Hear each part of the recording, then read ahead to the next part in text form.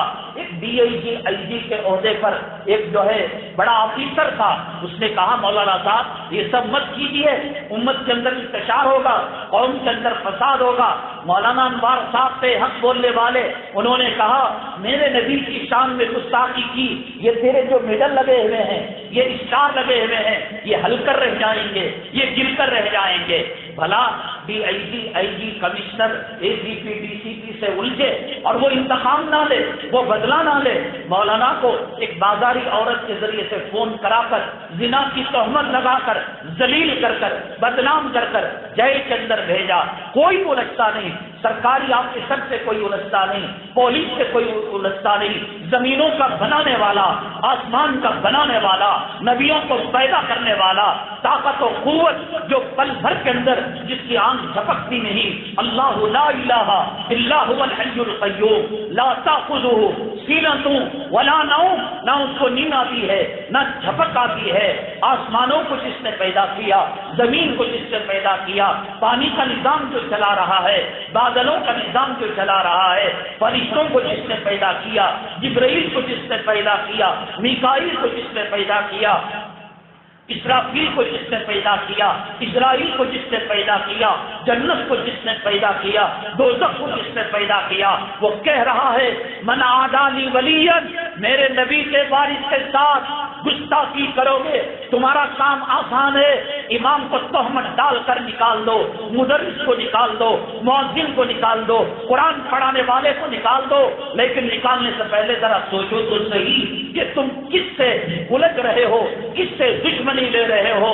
اللہ فرماتے ہیں، حدیث قدسی ہے، حضرت معاذ فرماتے ہیں کہ کہیں یہ گستاخی مجھ سے نہ ہو جائے، من عادی لی ولیا فقد آذنتہ بالحرب، میں اس کے ساتھ اعلان جنگ کرتا ہوں۔ اللہ جس کے ساتھ اعلان جنگ کرے اس کے پہلو میں سونے والی بیوی نہیں، ناک سانپ ہے، اس کے گھر کے اندر پیدا ہونے والی اولاد نہیں، وہ سانپ کے بچے بن کر ڈسیں گے، مال دشمن ہو جائے گا، زمین دشمن ہو جائے گی، آسمان دشمن ہو جائے گا۔ یہ اللہ کہہ رہے ہیں اور یہ نبی جس کو فرما رہے ہیں، جو میرے ولی کو، ولی سے مراد انما یخشی اللہ من عبادہ العلماء، اللہ سے ڈرنے والے دھرتی پر سب سے زیادہ علماء کا طبقہ ہے۔ یہ علماء کی دوری، یہ علماء سے دوری، یہ علماء کی دشمنی اللہ کے عذاب کو دعوت دینے والی ہے، اللہ کے قہر کو دعوت دینے والی ہے۔ میں نے کہا ان کی فقیری پر نہ جاؤ، ان کی مسکینی پر نہ جاؤ، ان کی بیچارگی پر نہ جاؤ، ان کی ٹوٹی سائیکل پر نہ جاؤ، ان کے میل لگے امامے پر نہ جاؤ، ان کے پیون لگے گدڑی پر نہ جاؤ۔ اللہ تعالیٰ فرماتے ہیں کہ یہ جس طرف ہوتے ہیں میں اس طرف ہو جاتا ہوں۔ خواجہ نظام الدین اولیاء رحمت اللہ علیہ کے زمانے میں جو دلی کے اندر تخت نشین بادشاہ تھا، اس نے اسلام کے خلاف اور قرآن کے خلاف، حدیث کے خلاف کوئی بات کہہ دی۔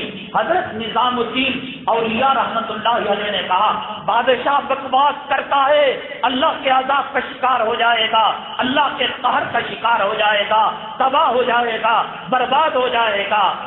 تو نظام الدین اولیاء رحمت اللہ علیہ کو وہ ان کی خانقاہ کے اندر اور ان کے لنگر کے اندر 3000 آدمیوں کا کھانا بھیجا کرتا تھا، کھانے کا نظم ہوا کرتا تھا، چاول ہے، گوشت ہے، گھی ہے، دال ہے۔ تو اس کے بعد 40-50 دن گزر گئے، بادشاہ نے کہا اب تو وہ خانقاہ کے لوگ پیٹ پر پتھر باندھتے ہوں گے، باقا کشی کا شکار ہوں گے اور بھوک مری کا شکار ہوں گے، جاؤ دیکھ کر آؤ۔ نظام الدین اولیاء رحمت اللہ علیہ اللہ کے جو ولی ہیں، اللہ ان کی مراد سنتا ہے، اللہ ان کی دعا سنتا ہے، اس لیے آج دعا ان کی ہمارے حق میں قبول نہیں ہو رہی ہے کہ ہم امر بالمعروف اور نہی عن المنکر چھوڑ دیے ہیں۔ علماء کی کوئی عظمت نہیں ہے، علماء کی کوئی قدردانی نہیں ہے۔ فلموں میں کام کرنے والا کوئی کتا، کوئی ہجڑا، کوئی زانی، کوئی شرابی جس کا چہرہ صفن صفا ہو ہمارے محلے کے اندر آ جائے، آنے سے 3-4 گھنٹے پہلے اس کا تھوک چاٹنے کے لیے، اس کا مرا ہوا چہرہ دیکھنے کے لیے لوگ جمع ہو جاتے ہیں۔ عورتیں جمع ہو جاتی ہیں. آج نوجوانوں کو نبی کا لباس پسند نہیں آتا، علماء کا لباس پسند نہیں آتا، اولیاء کا لباس پسند نہیں آتا. کتا کھانے والا، سور کھانے والا، شراب پینے والا، راتوں کو زنا سے بھرنے والا، ایسے لوگوں کے چہرے پسند ہیں. اس لیے یہ اولیاء اللہ، آپ کہیں گے بابری مسجد شہید ہو رہی تھی، اولیاء اللہ نے، علماء نے دعا کیوں نہیں کی؟ اور 370 کشمیر سے ختم ہو رہا تھا، یہ علماء کہاں چلے گئے تھے؟ ہندوستان کے اندر ماس لنچنگ ہو رہی تھی، یہ علماء کہاں چلے گئے تھے؟ قیدیوں کے جیلوں کے اندر معصوم نوجوانوں کو پکڑ کر ڈالا جا رہا تھا، یہ نبی کے وارث، یہ نبی کے جانشین کہاں چلے گئے تھے؟ خانہ کعبہ کے ملتزم کو چمٹ کر امت کے حق میں دعائیں کی جا رہی تھی، یہود و نصارہ کے حق کے اندر بد دعائیں کی جا رہی تھی، یہ علماء کہاں چلے گئے؟ علماء کو سب معلوم ہے، لیکن علماء کی نفرت دل میں رکھ کر، امر بالمعروف چھوڑ کر، نہیں علی منکر چھوڑ کر، میں نے کہا شادی میں جانے والا کب جاتا ہے، ولیمے میں جانے والا کب جاتا ہے، 1:30 بجے کی ٹرین پکڑنے والا کب جاتا ہے، 2:30 بجے کا ہوائی جہاز پکڑنے والا ایئرپورٹ کب جاتا ہے، ریلوے اسٹیشن کب جاتا ہے، بس اڈا کب جاتا ہے؟ اور یہاں جمعہ کا دن جو غربا کا حج ہے، جمعہ کا دن جس کو 1.25 لاکھ پیغمبروں نے مانگا تھا، اللہ نے اپنے محبوب کو دیا. آدھا گھنٹہ پہلے، 1 گھنٹہ پہلے حی علی الصلاح کہا گیا، حی علی الفلاح کہا گیا. آؤ نماز کی طرف، آؤ دین کی طرف، آؤ قرآن کی باتوں کی طرف، آؤ نبی کے واقعات کی طرف. کتنے لوگوں نے لبیک یا اللہ کہا، آ گئے اللہ کے گھر میں ذکر کرنے کے لیے، درود پڑھنے کے لیے. کیا حالت ہے ہماری آج؟ بدلوں کے ساتھ، علماء کے بیانات کے ساتھ، ناچ گانے والے کی عزت، رشوت کھانے والے کی عزت، سود کھا کر ماں کا بلاత్కాر کرنے والے کی عزت، بیان کے مینیجر کی عزت، سیاسی کتوں کی عزت. ایک بھائی ہمدردی وہ ہم سے کرنے والے نہیں. وہ عالم جو بچہ پیدا ہونے کے بعد کان میں اذان جس کے ذریعے سے دی جاتی ہے، نام رکھا جاتا ہے، عقیقہ کیا جاتا ہے، قدم قدم پر جو نبی کے وارث کی قوم محتاج ہے اور نبی کے جانشین کی محتاج ہے، اس سے کتنا ہم فائدہ اٹھاتے ہیں، لیکن ان کے ساتھ ہمارا کیا معاملہ ہے؟ کچھ نہیں بگاڑ سکتے. سورج کے سامنے کوئی آنکھ بند کر لے، سورج کا بگڑنے والا نہیں. تم اتنی دشمنی رہی، اتنی عداوت نہیں، اس سے زیادہ دشمنی کرتے ہوئے عتیبہ کے نائب بن جاؤ، ابو جہل کے نائب بن جاؤ، ابو لہب کے نائب بن جاؤ، فرعون کے نائب بن جاؤ، قارون کے نائب بن جاؤ، شداد کے نائب بن جاؤ. جب اللہ نے ان کے سینوں میں قرآن رکھا، جب اللہ نے ان کو نبی کا وارث بنایا، تمہارے آنکھیں موند لینے سے ان کے مراتب میں کوئی فرق آنے والا نہیں. یہ تمہاری روٹیوں پر پلنے والے نہیں ہیں، تمہاری زکات پر پلنے والے نہیں ہیں، یہ تمہاری خیرات پر پلنے والے نہیں ہیں. تم سے زکات لے کر تمہارے مالوں کو پاک کر رہے ہیں، تم سے صدقات لے کر تمہاری زندگی کے اندر بلائیں، زندگی سے بلائیں دور کر رہے ہیں.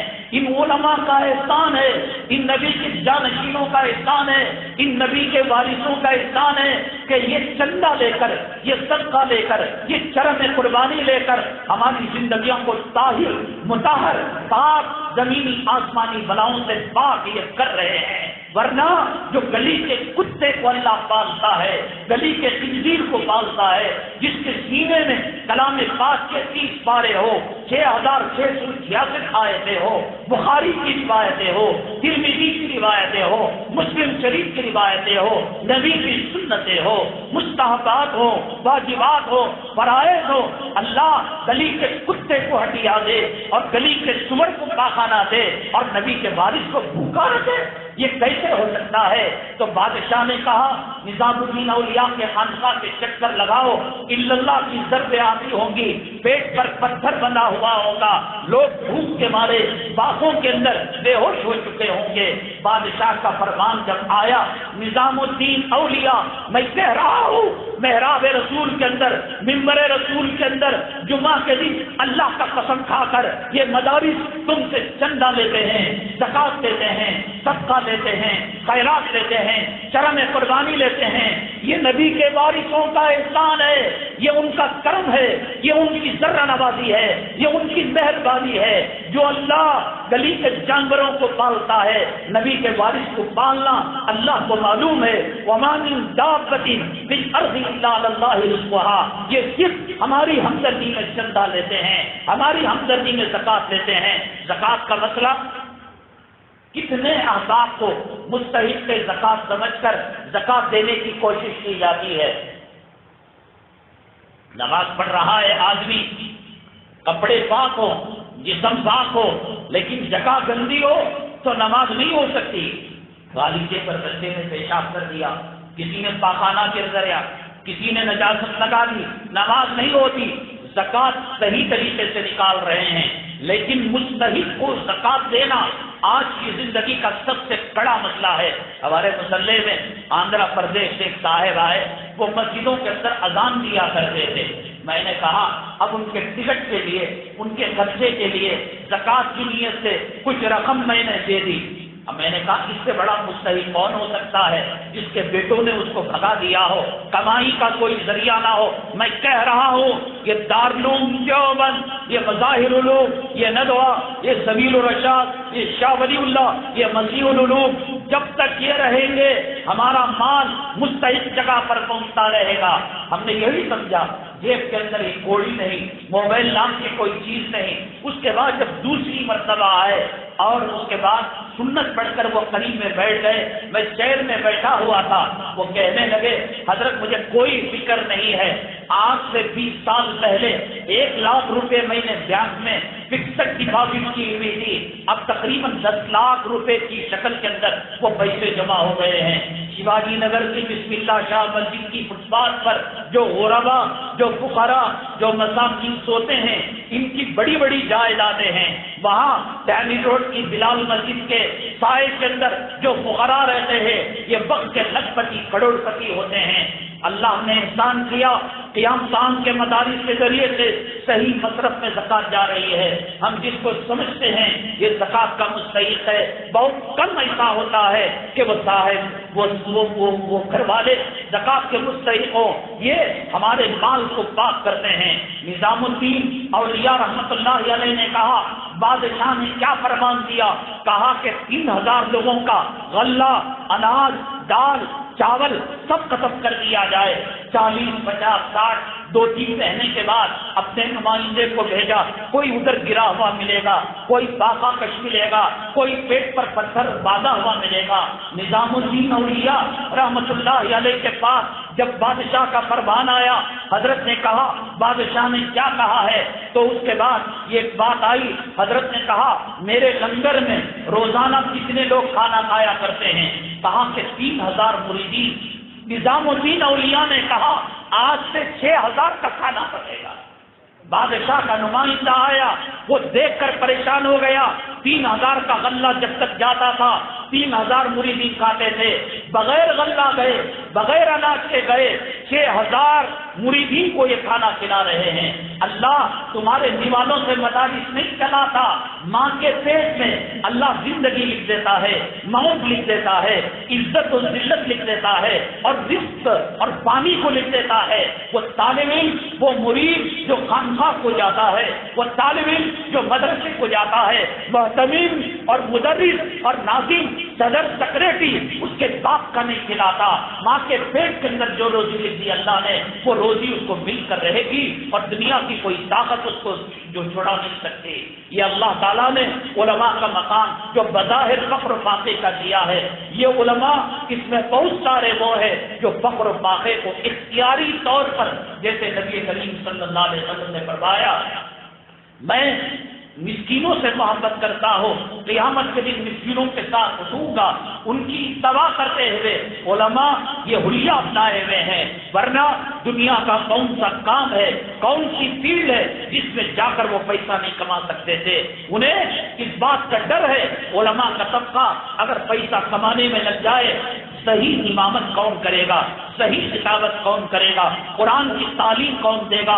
آج قرآن کا ایک ایک زبر، قرآن کا ایک ایک زیر، قرآن کا ایک ایک گنہ، قرآن کی ایک ایک تجدید اگر محفوظ ہے ان علماء کے ذریعے سے، ان قراء کے ذریعے سے، ان حفاظ کے ذریعے سے، آج اللہ کا کلام کیوں کا تو ہے، توریت بدل چکی ہے، انجیل بدلی جا چکی ہے، زبور کے اندر گڑبڑ ہوا ہے، صحف ابراہیم، صحف موسیٰ، مشرق سے مغرب تک، شمال سے لے کر جنوب تک، زمین سے لے کر آسمان تک آپ دیکھیے گا ایک ہی قرآن ملے گا۔ الحمد یہاں بھی پڑھا جا رہا ہے، الحمد امریکہ میں بھی پڑھا جا رہا ہے، الحمد جو ہے آسٹریلیا کے اندر اور برطانیہ کے اندر، ایران کے اندر، تہران کے اندر، صومالیہ کے اندر، افریقہ کے جنگلوں میں دال کو پیش ہے تو پیش ہے۔ اس دال کے پیش جو پیش رکھا ہے یہ علماء نے رکھا ہے، یہ حفاظ نے رکھا ہے، یہ قرآن نے رکھا ہے۔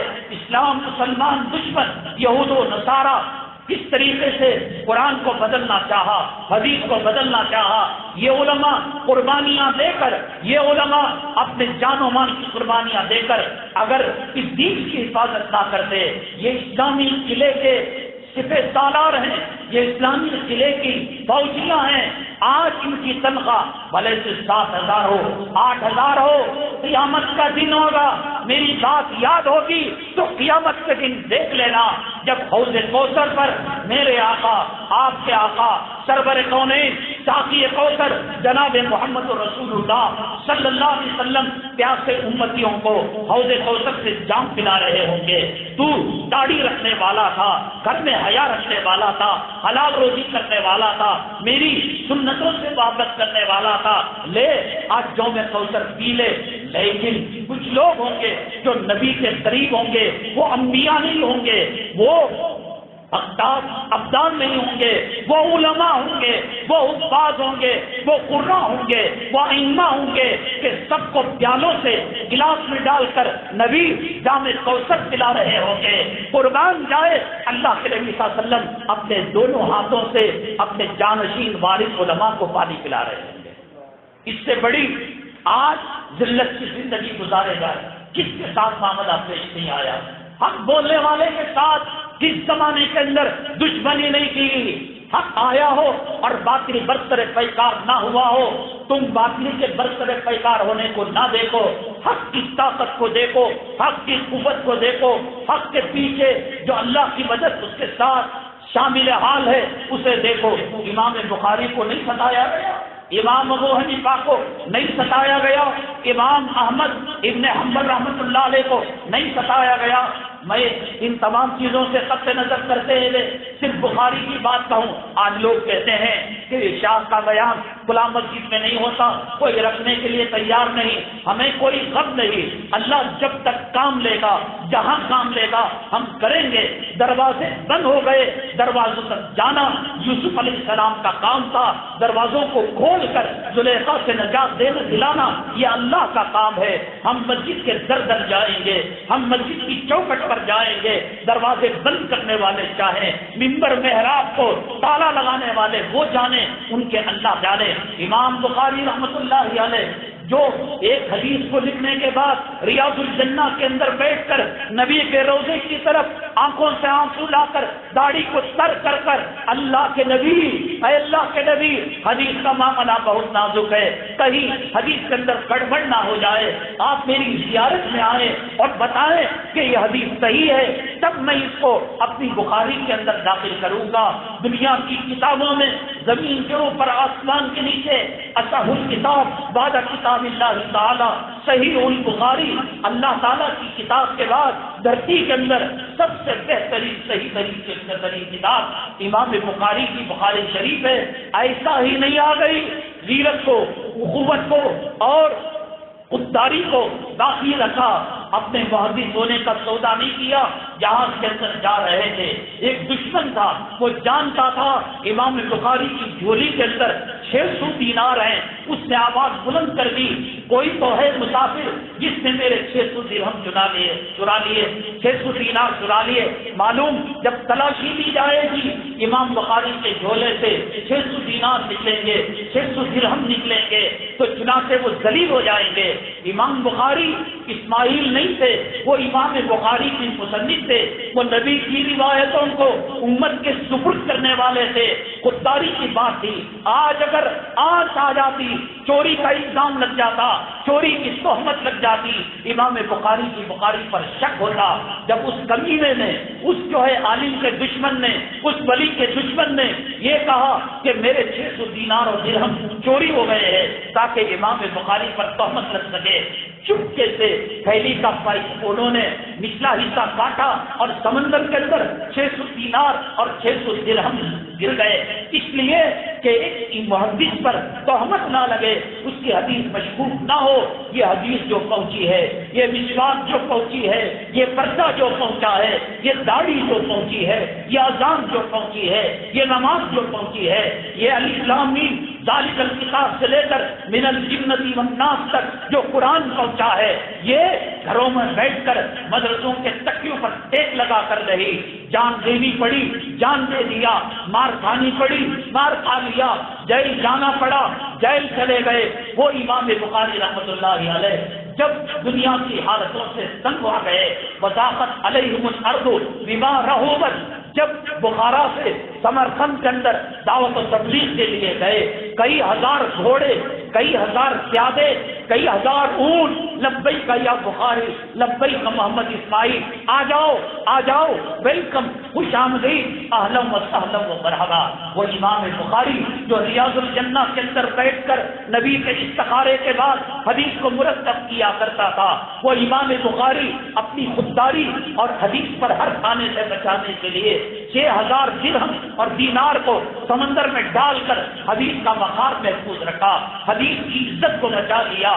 وہ بخاری جب سمرقند کے اندر گیا, حاصل علماء تھے, ہر زمانے میں علماء حاصل طبقہ موجود رہتا ہے. انہوں نے امام بخاری سے کچھ ایسی بات کہلوائی جس کی وجہ سے اختلاف ہو گیا اور یہ تہمت لگ گئی امام بخاری اللہ کے کلام کو مخلوق کہتے ہیں. وہ امام بخاری جب سمرقند کے اندر گئے تو وہاں ہزاروں اونٹ والے, ہزاروں گھوڑے, ہزاروں پیادہ لبیک یا بخاری کہنے والے جب امام بخاری پر ظلم و ستم کے پہاڑ ڈھائے گئے, اب واپس جا رہے تھے. ایک امام مسلم جن کی مسلم شریف ہے, امام بخاری کے شاگرد ہیں, ایسی حالت آئی تو داڑھی کو قدموں کے اندر لگایا اور کہا بخاری جان جا سکتی ہے لیکن تمہارا ساتھ نہیں جا سکتا, آپ حق پر ہیں, اللہ کی مدد آپ کے ساتھ شامل حال ہے.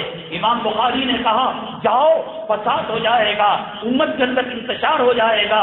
جب سارے ایک طرف چلے گئے, اے امام مسلم تمہاری عقیدت, تمہاری محبت کو سلام, تم چلے جاؤ اسی گروہ کی طرف. جب گئے واپس امام بخاری روتے ہوئے گئے تھے, ایک امام مسلم تھے وہ بھی پیچھے رہ گئے. بخارا کے اندر گئے, بخارا کے گورنر نے کہا ہمارے بیٹوں کو پڑھانا پڑے گا, ٹھیک ہے میرے درس کے اندر آ جائیں. تو کہا بھائی گورنر غریب کا بچہ, یتیم بچہ, فقیر بچہ جہاں بیٹھتا ہے گورنر کے شہزادے وہاں بیٹھ نہیں سکتے.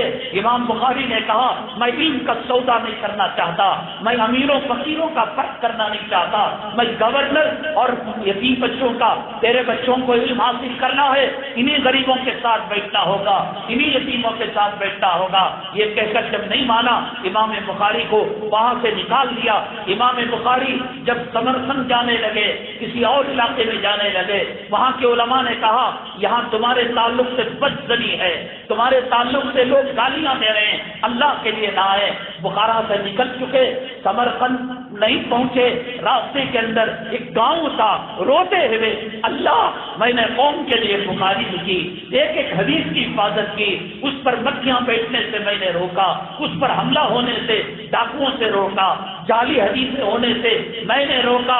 اللہ ایک ایک حدیث نبی کی تصدیق سے کی. اپنے خالہ کے گھر چلے گئے اور اس کے بعد جب دیکھا وضاقت علیہم الارض بما رحبت, یہ زمین اپنی وسعت کے باوجود تنگ ہو چکی ہے. ایک مرتبہ جمعہ کا دن تھا, تہجد میں روئے, اللہ جب میری دنیا میں کوئی عزت نہیں ہے, حدیث کی کوئی قدر و قیمت نہیں ہے, بخاری کی کوئی قدر و قیمت نہیں ہے, اللہ اب تو بلا لے, مجھے صبر نہیں ہو سکتا.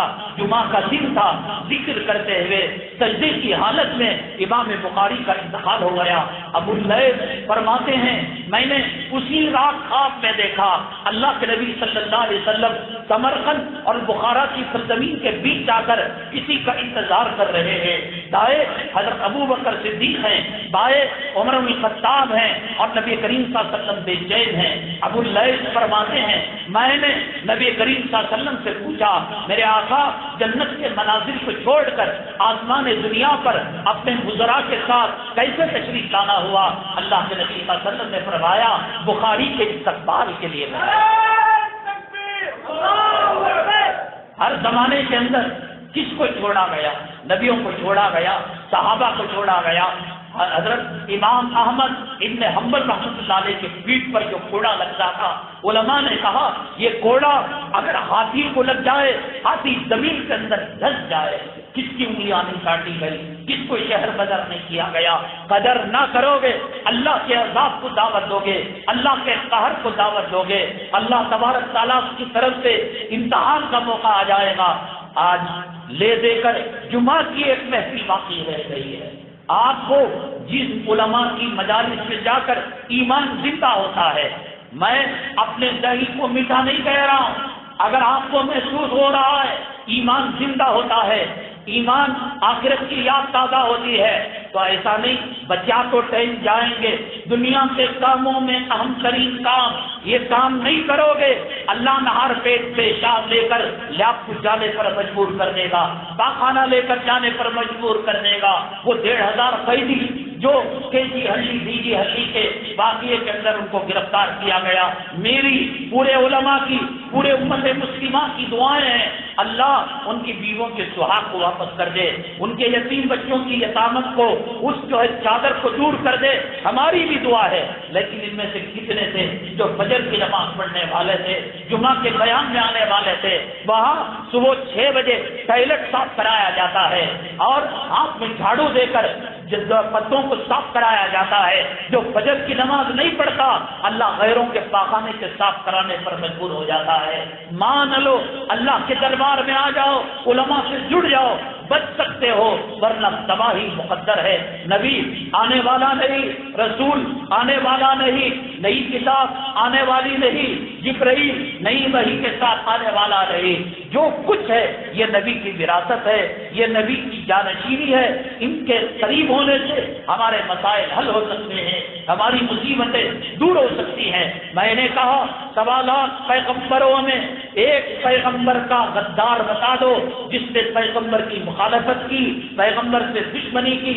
تبت یدا ابی لہب وتب, اللہ تعالیٰ نے قرآن میں کسی نبی کے دشمن کا ذکر نہیں کیا, لیکن ابو لہب کا نام لیا. وہ اس لیے قیامت تک کے آنے والے وہ مسلمان جو دل میں نبی کے وارثوں کا کینہ رکھتے ہیں, کپٹ رکھتے ہیں, غیبت رکھتے ہیں, چغلی رکھتے ہیں, گری ہوئی نظروں سے نبی کے جانشینوں کو دیکھتے ہیں, تو اللہ نے کہا تبت یدا ابی لہب وتب, ابو لہب کا ستیہ ناش ہو. ما اغنا عنہ مالہ وما کسب, نہ مال کام آیا نہ گھر والے کام آئے. سیصلی نارا ذات لہب, دنیا میں کتے اور سور سے بدتر موت مرا, آخرت کے اندر جہنم کے اندر جائے گا. یہ علماء جو ہماری نماز صحیح کرتے ہیں, قرآن کی حفاظت کرنے والے ہیں, ان کا دامن پکڑ کر ہم اپنی دنیا میں بھی کامیاب ہو سکتے ہیں اور آخرت کے اندر بھی کامیاب ہو سکتے ہیں. جو جدید مسائل آنے والے ہیں ان کا حل بھی علماء کرام ہے. سائنس کے ذریعے سے فتنہ آئے, ٹیکنالوجی کے ذریعے سے فتنہ آئے, فلسفے کے ذریعے سے فتنہ آئے, علم کلام کے ذریعے سے فتنہ آئے, علم منطق کے ذریعے سے فتنہ آئے, زمین سے فتنہ آئے, آسمان سے فتنہ آئے, انسانوں سے فتنہ آئے, مردوں سے فتنہ آئے, عورتوں سے فتنہ آئے, جنات سے فتنہ آئے, شیاطین سے فتنہ آئے. قرآن نے کیا کہا, نبی نے کیا کہا, العلماء ورثۃ الانبیاء, کون ملیں گے سرسر پیکار ان فتنوں سے مقابلہ کرتے ہیں. ہوئے تمہیں تمہارا دکان مبارک ہو، تمہارا کارخانہ مبارک ہو، تمہاری آمدنی تمہیں مبارک ہو۔ قادیانیت، عیسائیت، نصرانیت، جس کو نماز کے اندر غیر المغضوب علیہم ولا الضالین کہتے ہیں، ان کے کیا کارنامے ہیں کیا آپ کو پتا ہے؟ اگر یہ علماء نہ ہو، بیوی سر پر بیٹھ کر مسالہ پیسے گی، گھر کی اولاد اجدا بن جائے گی، مال کی محبت میں ہماری زندگی ہماری آخرت تباہ ہو جائے گی۔ یہ دجل، یہ دجال کے فتنوں میں سے فتنہ ہے۔ دجال کے آنے سے پہلے دجال اپنے نائبین کو بھیجتا ہے امت کے اندر فتنہ فساد کرنے کے لیے۔ چنانچہ جب دجال آئے گا مکہ مکرمہ سے مار کر بھگا دیا جائے گا، مدینہ طیبہ جائے گا وہاں اس سے مار کر بھگا دیا جائے گا۔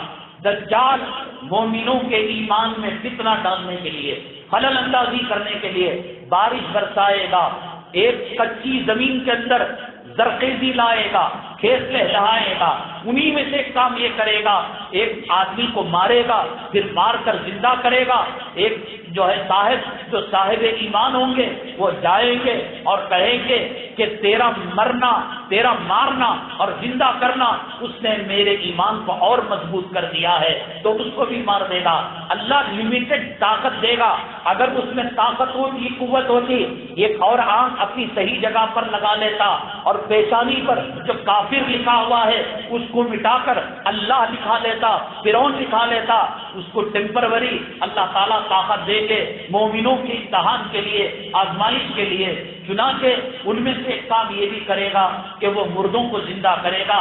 اس کے بارے میں کہا جاتا ہے کہ شیاطین جو اس کے تابع ہوتے ہیں، وہ شیاطین اللہ کے پاس سے پاور لے کر آئے، باپ کی شکل، ماں کی شکل، بیٹی کی شکل، وہ پوچھے گا کس کو زندہ کرنا، جو روح کو زندہ کرنا۔ شیطان کو کہے گا مری ہوئی کی جو روح کی شکل بن کر قبر میں لیٹ جا، پھر اس کے بعد اس کو اٹھائے گا، وہ جو روح چلنے لگے گی، وہ امتحان کے اندر، وہ آزمائش کے اندر، وہ فتنے کے اندر مبتلا ہو کر دجال کی جنت میں چلا جائے گا۔ یا نہیں، سائنس اور ٹیکنالوجی اتنی ترقی کرے گی، اتنا ڈیولپ ہوگا اس کے اندر کہ ویژن کے ذریعے سے حقیقت میں دور سے ایک کھیت نظر آئے گا، ایک آدمی نظر آئے گا، لیکن سائنس اور ٹیکنالوجی اور ویژن کے ذریعے سے ایک تصویر چلے گی اور یہ کافر مغالطے کا شکار ہو جائے گا کہ میری ماں کو اس نے زندہ کر دیا، میرے باپ کو اس نے زندہ کر دیا۔ اب صحیح کی تحقیقات آگے بڑھتے بڑھتے آپ جانتے ہیں کلوننگ کے ذریعے سے خرگوش کا ایک ذرہ لیا، ڈی این اے لیا اور خرگوش جیسا دوسرا خرگوش بنایا۔ اللہ تبارک تعالیٰ انسان کے تمام اعضاء زمین کھا لے، سمندر کے اندر نہیں جائے، ہوا میں راکھ ہو کر اڑ جائے، ریڑھ کی ہڈی کے اندر ایک ذرہ رہتا ہے، وہ ذرے کی جیسے کہ بلاک باکس ہوائی جہاز کے اندر رہتا ہے، وہ سمندر میں ڈوب جائے، وہ جل جائے، وہ ایکسیڈنٹ ہو جائے، وہ جنگل میں پراخ سے اس کے اڑ جائے، لیکن جو بلاک باکس ہوتا ہے جس کے اندر اس کا ڈاٹا اور ہسٹری ہوتی ہے وہ اس کی حفاظت کرتے ہیں۔ اللہ تبارک تعالیٰ انسان کی ریڑھ کی ہڈی میں ایک ذرہ رکھے ہیں۔ وہ تمام چیزیں ختم ہونے کے بعد بھی جب قیامت کے بعد انسانوں کو زندہ کرنا ہوتا ہے، اللہ ایک بارش برساتے ہیں، اس بارش کے ذریعے سے وہ ذرے جاندار بن جائیں گے اور انسان بن جائیں گے اور اللہ تبارک تعالیٰ ان سے حساب و کتاب لے گا۔ تو یہی ٹیکنالوجی حدیث کو سامنے رکھ کر امریکہ اور برطانیہ کے سائنسدان ایک ٹیکنالوجی کو اپنا رہے ہیں اور اس کا نام کری آن رکھا ہے۔ اس کے اندر مرنے سے پہلے ایگریمنٹ کر لیتے ہیں اور $1,00,000 اس کی قیمت ہے، اس کو فریز کیا جاتا ہے اور اس کے جسم کے اندر جو سیل ہے ایک قسم کی مخصوص نائٹروجن گیس اس کے جسم میں داخل کر کر اس کے خون کو نکال کر یہ گیس داخل کر کر فریز کر دیا جاتا ہے۔ ان کا کہنا یہ ہے کہ چند سالوں کے بعد 10-20 سال کے بعد یہ انسان کی جو ہے نمو ہوگی اور انسان دوبارہ پیدا ہوگا۔ اس کا نام انہوں نے کیری آن رکھا ہے۔ 196 ڈگری کے اندر اس کو فریز کیا جاتا ہے، ایک ٹیکنالوجی ہے، لیکن آپ جانتے ہیں موت دینا اور زندگی دینا اللہ تبارک تعالیٰ کا کام ہے۔ انشاءاللہ یہ منہ کی کھائیں گے، ناکام ہوں گے۔ دجال جو کرے گا وہ شیطان کو مرا کر زندہ کرے گا یا ویژن کے ذریعے سے، سائنس اور ٹیکنالوجی کے ذریعے سے ایسا اسکرین لائے گا۔ آپ کو معلوم ہے کہ چائنا کے اندر جب اسپورٹس کھیلا گیا، ایشین گیم کھیلے گئے، تو انہوں نے فضا کے اندر اس کا اسکور لکھتے تھے، اس کی کامنٹری لکھتے تھے، نہ کوئی بورڈ ہوتا، ایک ویژن کے ذریعے سے، ایک ذرات کے ذریعے سے، LED کے ذریعے سے، اس طریقے سے کوئی کمال کر مری ہوئی ماں کی شکل دکھا کر یہ دھوکہ دے گا۔ مدینہ طیبہ کے اندر 31 دسمبر کو جو نیو ایئر منایا گیا، یہ اس بات کی علامت ہے، حرم مکی کی سرزمین، حرم مدنی کی سرزمین، ریاض الجنہ کی سرزمین، وہ سرزمین جس کو محبت وحی کہا جاتا ہے، جہاں اللہ کا قرآن نازل ہوتا تھا، جہاں 70,000 سے زیادہ صحابہ کرام اس سرزمین کے اندر مسکون ہیں، جو جنت البقیع ہے، جو ریاض الجنہ ہے، جو مسجد نبوی ہے، جہاں کا ذرہ کوئی ایسا نہیں ہوگا جہاں نبی کا قدم نہ پڑا ہو۔ ان کے بارے میں کہنے کا مطلب یہ کتنی تباہی کی طرف، کتنی بربادی کی طرف، کتنی یہودیت کی طرف، کتنی نصرانیت کی طرف، کتنی اسلام بیزاری کی طرف آج مکے مدینے والے اور وہاں کے حکومت کے اہلکار بڑھ رہے ہیں۔ کلب تو کھل گیا، سنیما تو کھل گیا، لیڈیز کا گیم آ گیا، لیڈیز ڈرائیور ہو گئی، لیڈیز الیکشن میں کھڑ سکتی ہے، یہ سب خرافات کے ساتھ 31 دسمبر کو محمد صلی اللہ علیہ وسلم کی سرزمین کے اندر نیو ایئر کا جشن منانا، یہ اس بات کی علامت ہے کہ یہودیت اور نصرانیت کی طرف ان کے قدم بہت تیزی سے بڑھ رہے ہیں اور دجال کے آنے کے دن بہت جلد ہو چکے ہیں۔ تو اس سے ایک اندازہ لگتا ہے اسلامی مزاج، نبی کے طور طریقوں سے یہ قوم دور ہوتی جا رہی ہے۔ میں نے بتایا جو لوگ وزراء ہیں وہ تو کوئی عالم تو نہیں ہوتے، کوئی عالم کے چاہنے والے نہیں ہوتے۔ گوری پالڈے حلقے میں کوئی رکشہ دے رہا ہے، کوئی غریبوں کی شادی کر رہا ہے، کوئی سلائی مشین دے رہا ہے، دوسرے علاقے کے اندر ایک بھوکے کو ایک اڈلی بھی نہیں دے سکتے، 10 روپے نہیں دے سکتے۔ ان کو خدا کی رضا کے لیے، مخلوق کی خدمت کے لیے کام نہیں کرنا، ووٹنگ کے لیے، اگلے الیکشن کے لیے، اگلے انتخاب کے لیے راہیں ہموار کرنا ہے۔ بہت کم ریئر لاکھوں میں ایسا ہوتا ہے کہ ایک حلقے کا MLA منسٹر دوسرے حلقے میں بور کھدوا دیا ہو، کنواں کھدوا دیا ہو۔ یہ سب دنیا پرست ہوتے ہیں، موقع پرست ہوتے ہیں۔ ہم نے پچھلی جمعہ ایک سوال رکھا تھا کہ خاوند نے بیوی سے کہا ایسی عبادت میں کروں گا جس عبادت کو دوسرے نہ کرتے ہو تو طلاق سے بچ جائے گی، اگر کوئی ایسی عبادت ہی نہیں ہے تو تجھے طلاق پڑ جائے گی، میرے گھر سے نکل کر جانا پڑے گا۔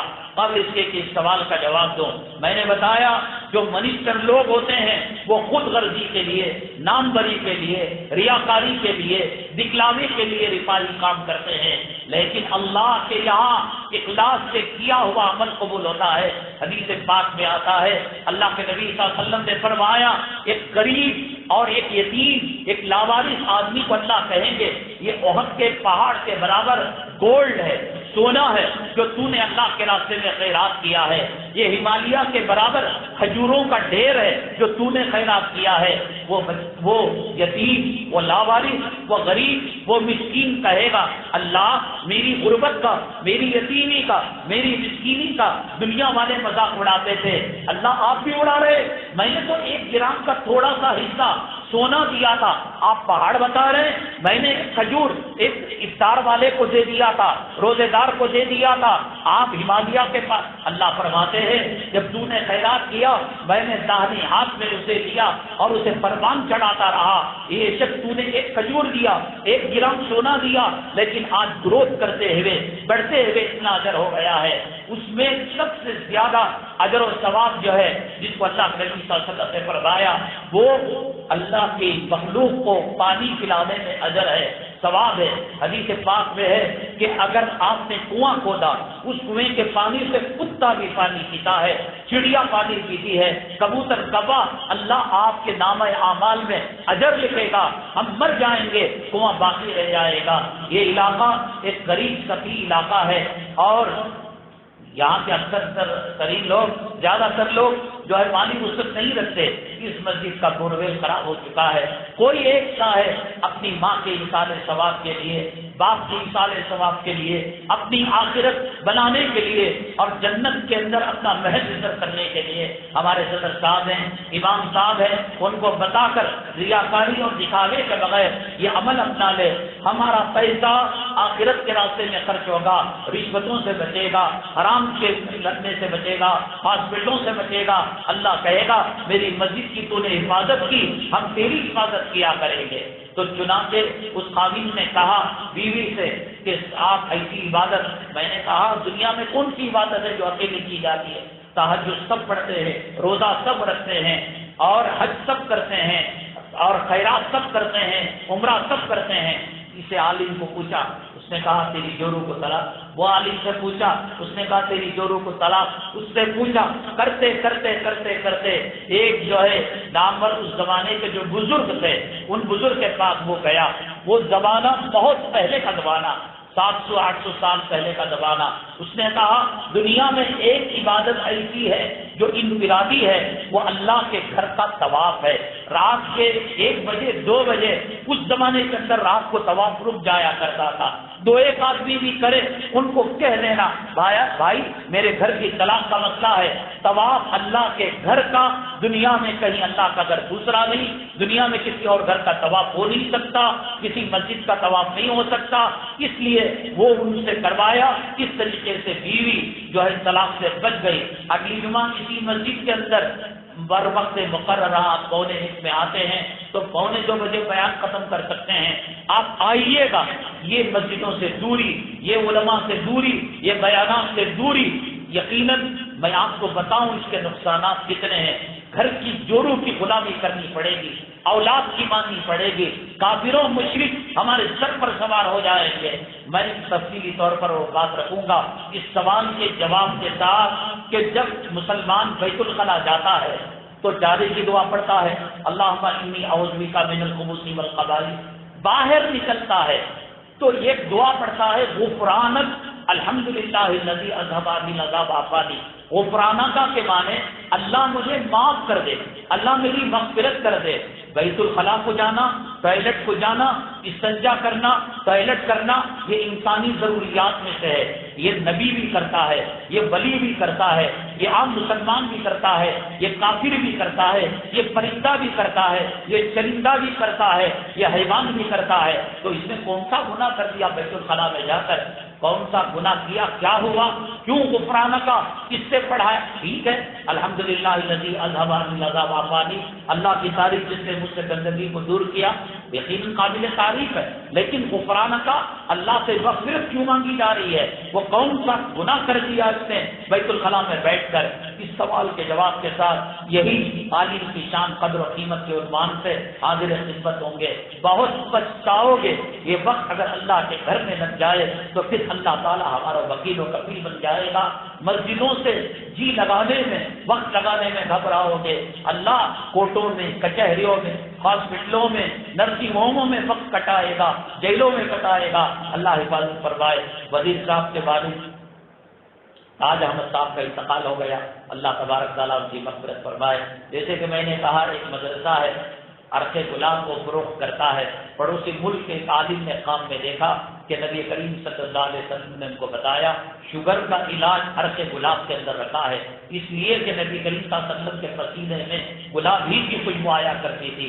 اگر شوگر نہ بھی ہو، یہ سوچ کر میرے محبوب صلی اللہ علیہ وسلم کے جسم اثر میں گلاب کی خوشبو آتی تھی۔ نہار پیٹ پانی پینا صحت کے لیے اچھا ہے، گرم کر کر پینا اور اچھا ہے، شہد ڈال کر لیمو کے 2 قطرے ڈال کر پینا یہ بہت زیادہ اچھا ہے۔ اس کے ساتھ نبی کریم صلی اللہ علیہ وسلم کی محبت کی نشانی میں اگر 2-4 قطرے عرق گلاب کے ڈال لیں کہ میرے محبوب کے جسم سے یہی خوشبو نکلا کرتی تھی، اور دیگر حلال صابن اور رزق و دجانہ برائے فروخت حاصل کرتے ہوئے جائے، اللہ تبارک